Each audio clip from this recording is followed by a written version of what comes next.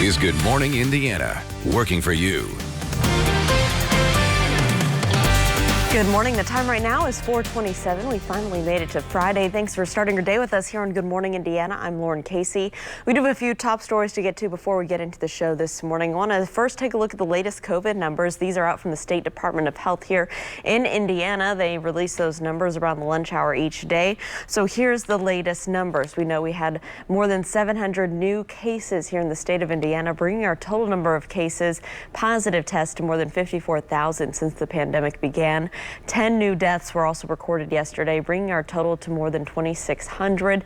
We know we've had nearly 600,000 people tested across our state. That positivity rate just over 9%, and we are keeping a close look on the hospitalization numbers as well. So we'll share that with you coming up here on Good Morning Indiana. Now, we know there's a lot of information. We get those statistics every day. We hear different things from national doctors, from local doctors, the health departments, and just everything online. So there's a number of different resources that you can use to check the numbers for yourself and keep a close eye on what's going on, and so you can make decisions for yourself. And so we are taking a look at Regenstrief. That is a online tool and dashboard that you can use to access numbers broken down by age, by sex, by race. There's just a number of numbers and information there to help you see trends across our state. You can also look at national data. So we're going to break down how you can use that dashboard to help you find information to protect you and let you know how we're doing on the fight against this pandemic. That story's coming up here on Good Morning Indiana. Let's take a turn right now to our forecast. Todd Clausen is standing by from home, and Todd, today is going to be a hot one. Yeah, back up to right around 90 degrees. You had a little bit of a break yesterday when we had that cloud cover for most of the day. And then as expected, the sunshine made an appearance by the evening hours. And as the skies cleared overnight in some areas, some patchy fog has settled up across parts of the area. Not too bad in the metro area right now, but as I'll show you in just a minute or two, it points to the north, dealing with some lower visibilities. Temperatures are in the 60s. Storm Team 6 radar, though, is nice and quiet for us here this morning. Any fog that is out there will burn off very quickly once the sun comes up, which is right around 6:30 now this time of year. And then we're dealing with just mostly sunny skies today. It turns hot, not super muggy. There'll be enough humidity around that you'll feel it. But it's not going to be out of this world. That is the good news. It'll be a lot higher for Saturday and Sunday. So today is probably the better day of the 3 days, if you include today and the weekends, simply because that humidity is a little bit lower and the temperatures are a little bit lower even as we get to 90 degrees, more in that extended forecast in just a little bit. All right, Todd, thank you so much. Coming up, we'll also look at our Rebound Indiana and how a local organization is helping Hoosiers who are blind navigate this pandemic. More news, weather, and traffic coming right up here on Good Morning Indiana. This is Good Morning Indiana, working for you. Indianapolis city leaders are stepping up their efforts to make you feel more safe. Now at 4:30, a look at the plan to reduce crime and violence in the Circle City. Plus, an online tool is helping you take a closer look at the spread of COVID-19 in our state. Working for you, we break down the information that you need to know. And a Southeast Side farm is turning into a drive-in entertainment venue. This morning, details on how you can join in on the fun while also maintaining social distancing guidelines. But first, here at 4:30, I want to thank you for starting your day with us on Good Morning Indiana. I'm Lauren Casey. Todd Clausen is home right now, keeping a close eye on our Friday forecast. Todd, good morning to you. What can we expect as we head out the door this morning? You know, as you walk out the door immediately here this morning, some of you are going to be dealing with some patchy, dense fog. It's only a problem, though, for the next couple hours. Once the sun comes up, then we'll be in great shape in this forecast, at least going forward throughout the course of the day. But visibilities to the north, Lafayette, Peru, and then off to the west in Terre Haute, those visibilities are down below 1 mile. Visibility is still 8 miles in Indianapolis, so it's not too much of an issue in the metro area. And you can see that as you look from IMS back towards downtown Indianapolis. You can still at least see the city skyline as you look off into that easterly direction. Temperature-wise, we are in the 60s and 70s.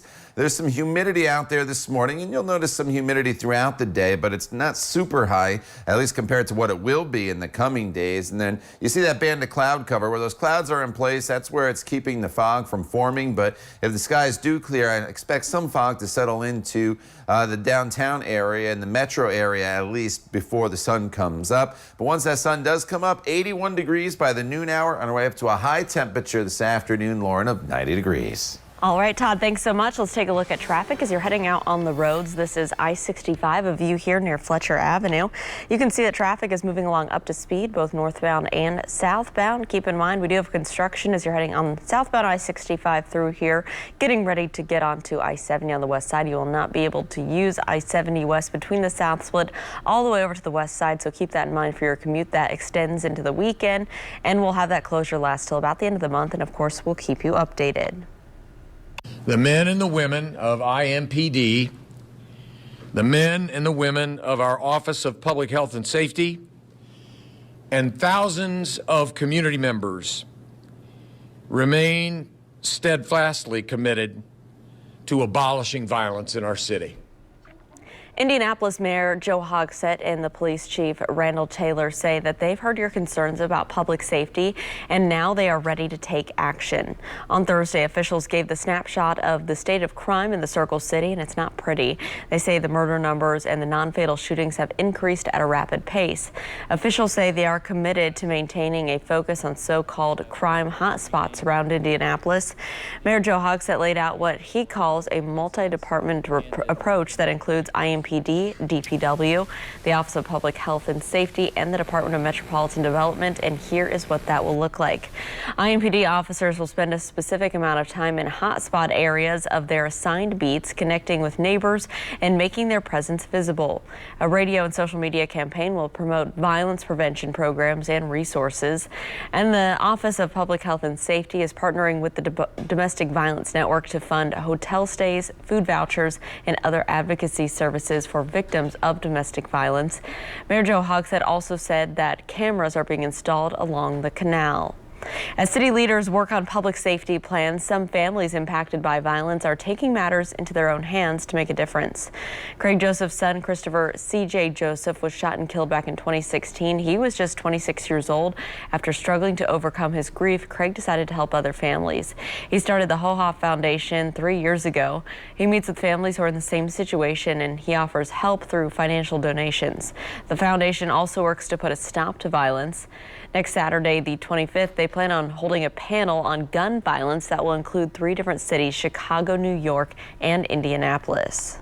So our purpose is to talk about some of the best practices in each one of those cities, because these are critical hotspots, because anybody can be shot at any given time. That's what you're seeing across the country. So we really have to be advocates for ourselves and our families first, and then protect one another when we see such violent acts happening.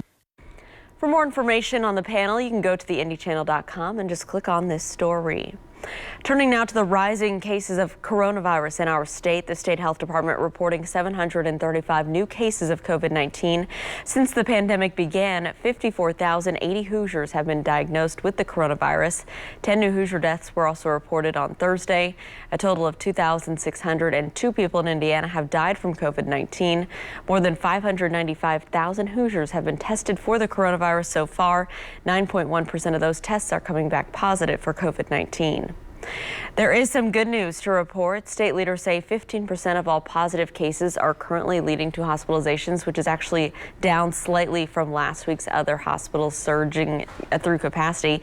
And our hospital capacity remains strong, with 35.5% of open ICU beds and 84% of the state's ventilators are still available. Governor Holcomb and state health leaders are closely monitoring these numbers, as well as the testing and contact tracing, as guidance on how to quickly move forward with a back-on-track reopening plan. Indiana is currently in stage 4.5, and that's expected to last through the end of this month. If you want to take a closer look at how the state is doing when it comes to stopping the spread of COVID-19, there is an online tool that can help. This is Regan Streif Institute's COVID-19 dashboard. It was developed by Dr. Brian Dixon and his colleagues. The dashboard has information on hospitalizations, demographics, recoveries, and more. The reason we created it is because at the beginning of this pandemic, many people wanted to know information about, where the virus was happening in the state and how many people were hospitalized. Well, the dashboard is updated every 24 hours, and you can find a link to this story at theindychannel.com. The city's rental assistance program has gotten off to a really brisk start. The program helps people pay their rent if their jobs were impacted by the pandemic.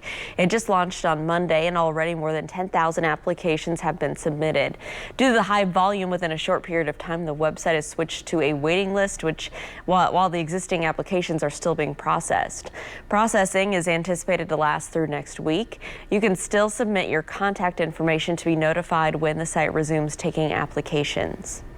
At 437, an Indianapolis farm is throwing a big parking lot party. Starting next Wednesday, July 29th, the Waterman's family farm on the southeast side will become the site of a socially distant drive-in entertainment venue. There will be movies, games, music, karaoke, and comedy shows, which guests will enjoy from their cars. Customers can bring their own food and drinks or buy items from the food trucks that are on site. You'll also be allowed to step outside your vehicle and dance as long as you respect the space of the cars near you. For a full schedule of events and a link to buy tickets, just go to theindychannel.com. The number of COVID-19 cases rising in at least 40 states, and so straight ahead we'll have the latest from across the country. And as masks become a bigger part of our everyday lives, you may be experiencing some unwanted side effects. Just after the break, a dermatologist shares tips on how to prevent and treat maskne. Todd. And Lauren, our immediate concern here this morning is the potential of some dense fog. If you have to get on the roadways, visibility is below a quarter of a mile in Lafayette as well as Terre Haute. Not too bad in Indy and Bloomington as of yet, but that could change before sunrise. We'll talk about not only the fog, but the rest of your Friday and look ahead to your weekend as well. Coming up when Good Morning Indiana continues. The time now is 4:38. We'll see you in just a few minutes.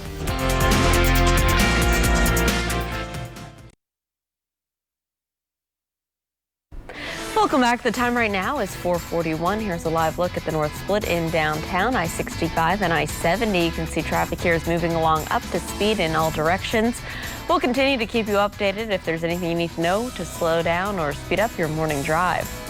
The coronavirus pandemic here in America continues to worsen. Yesterday, Florida and Texas reporting their deadliest days yet. Plus, with the cases rising in 40 states, July is already the worst month yet for new cases since the pandemic began. ABC's Inez de la Catera is in Washington now with the very latest.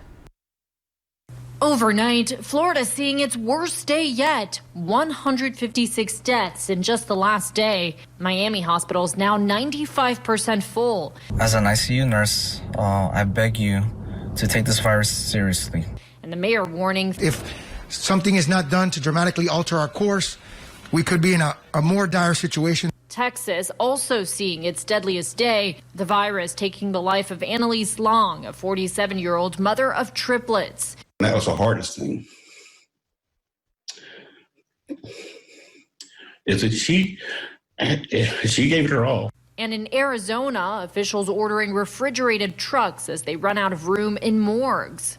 Deaths climbing in 27 states as nearly half the country either pauses or reverses reopening. The nation's top infectious disease expert telling Facebook's Mark Zuckerberg that the U.S. is a mixed bag right now, with some areas doing better than others. Dr. Anthony Fauci also with a warning to younger people causing the spread. That you have to have responsibility for yourself, that you're getting infected is not just you in a vacuum. You're propagating a pandemic. This as the debate over masks continues. The governors of Colorado and Arkansas, who both previously opposed statewide mask orders, are now reversing course. But Georgia's governor banning those efforts and now suing the mayor of Atlanta for requiring people in her city to wear masks. What the scientists are telling us is that the right thing to do is to wear a mask. I'll put our policies up against anyone's any day of the week. And now major retailers like Target, CVS, and Walgreens are joining Walmart, Kroger's, and Kohl's in requiring customers to wear face masks in all their stores. Inez de la Catera, ABC News, Washington. It is 4:44. We know they make a difference in reducing the spread of COVID-19, but there is one downside to wearing masks. They can impact your skin. As masks become part of our everyday lives, more people are reporting irritation, breakouts, redness, or maskne. Yeah, Dr. Kathy Fields, the dermatologist behind Proactive and Rodan & Fields skincare line, says there are some things you can do to help.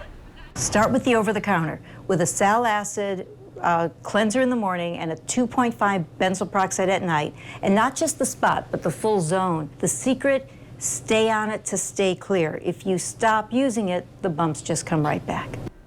Dr. Fields says to avoid makeup as it can make things even worse. She also says if you're wearing a cotton mask, you need to wash it frequently. CDC is extending its no sail order for cruise ships. It's now in effect through September 30th. The ban applies to vessels with 250 or more people that are in U.S. waters. According to the agency, COVID-19 has affected about 80% of the ships in just under 5 months. Data shows that almost 3,000 passengers and crew members might have gotten infected by the virus. 9 ships still have ongoing or resolving outbreaks on board. At 4:45, let's toss things over to Todd for a look at our Friday forecast. Hey, Todd. Hey, Lauren, good morning to you. Good morning, everybody. We've made it to the end of the week. Quickly want to just touch on the drought monitor for you. This is issued every Thursday. And you can see the one change that we have, if you've been following along with me the past few weeks, is we've added some moderate drought to the equation now with these patches of brown up near Peru over and towards the Muncie. The rest of central Indiana is still considered abnormally dry. We do have some minor rain chances heading our way over the course of the next couple days, but we are not looking at a lot in the way of rainfall or any widespread rain. Now, one of our immediate concerns this morning, especially if you have to get out on the roadways within the next couple hours, is this patchy dense fog that has settled in. We're looking at visibilities now down below 1 mile in many locations. Lafayette, Frankfort, 0.3 of a mile, down to almost no visibility in Fishers. And then as we work our way over to Muncie and Portland, anywhere from about 0.5 mile to 0.8 of a mile. You notice Indianapolis, not bad right now at 8.2 miles, but that could change. And then as we slide to the south, visibility not too much of an issue currently, and that's because there's a little more in the way of cloud covers right now from Indy down towards Bloomington. But here's a live look from IMS to downtown Indianapolis, and you can see the city skyline, so that's always a good thing. But you also notice a little bit of haze in that picture as you look off towards the east. And here are those clouds. So essentially where the clouds are, they're in the process of clearing out to the north. This is where the fog has really settled in, down from Indianapolis to Bloomington, as you saw with these clouds in place. We're not dealing with the visibility issues, but soon as those clouds do move out of the metro area, I am expecting those visibilities to drop as well. The fog will be an issue for us through sunrise, and then once the sun comes up, we should be able to burn it off very, very quickly. We're in the 60s right now in almost all locations.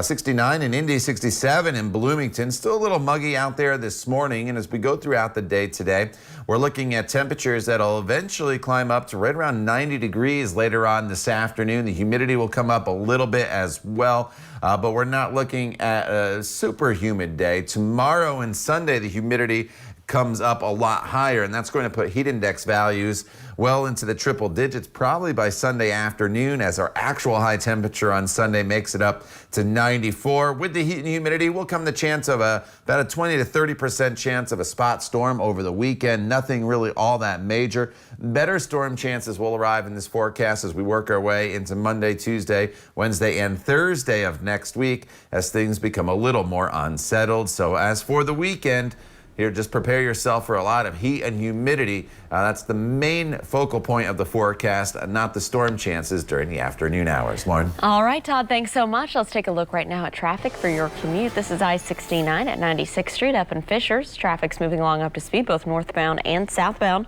No crashes, no delays right now to slow down your Friday commute. We'll keep you updated. Well, there's some good news for retail industry this morning. The sales rose for the second month in a row as shoppers trickled back into stores amid the coronavirus pandemic. According to the Commerce Department, in June, retail stores were up 7.5%. That's on top of the 18.2% jump they had in May. But industry experts say this recovery may be short-lived. This as the jobless claims continue to increase, and many consumers may be willing to spend less as additional unemployment benefits are set to run out in the coming weeks. Words have become a thing of the past, as you can express anger, love, happiness, and more with just an icon. Of course, we're talking about emojis. On World Emoji Day, think about everything you can say with the more than 1,800 emojis we now have. These expressive icons started life as emoticons. Remember the sideways smiley face made with the colon and the closing parentheses? Well, a Japanese man turned them into pictures back in 1990 for teens to use on their pagers. The humble emojis sat rather unknown to the West until Apple included this emoji keyboard in its first iPhone. It was meant for the Japanese market, but the users here in the U.S. quickly discovered it, and the emoji boom began. So baseball is back, and after the break, our Brad Brown will show us how the home of the Indians is helping college players get a second chance at salvaging their season. It's 4:49. Stick around. We'll be right back.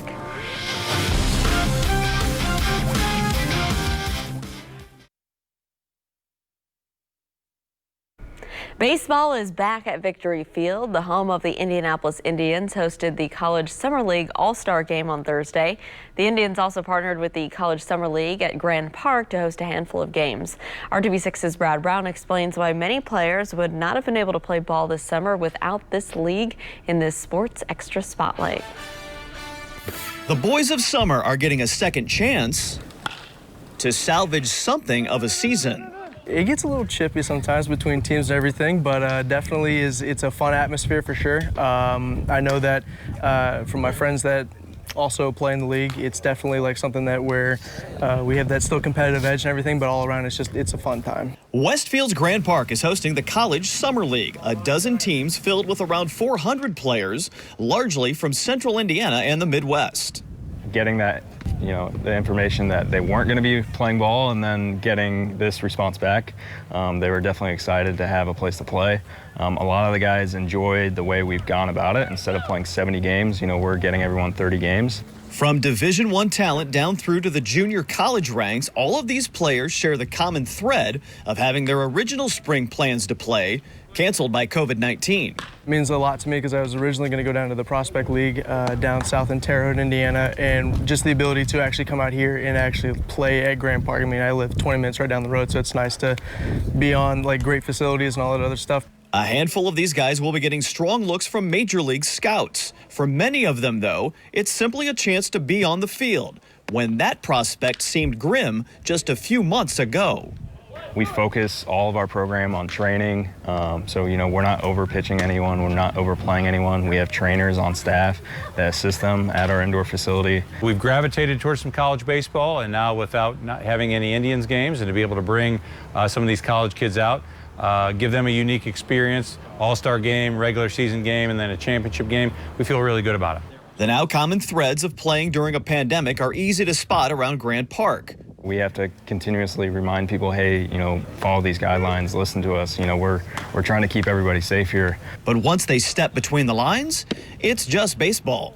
Once we get on the field, I mean, before the game during BP, we'll joke around a little bit. Once we get on the field, it's like down to business. It's like, hey, we want to be the best team. In Westfield, Brad Brown, RTV6 Sports.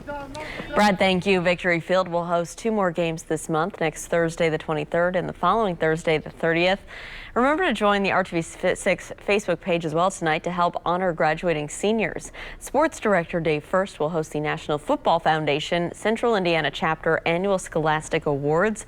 Student athletes from all across Central Indiana will be recognized. It starts at 7:30 only on the RTV6 Facebook page.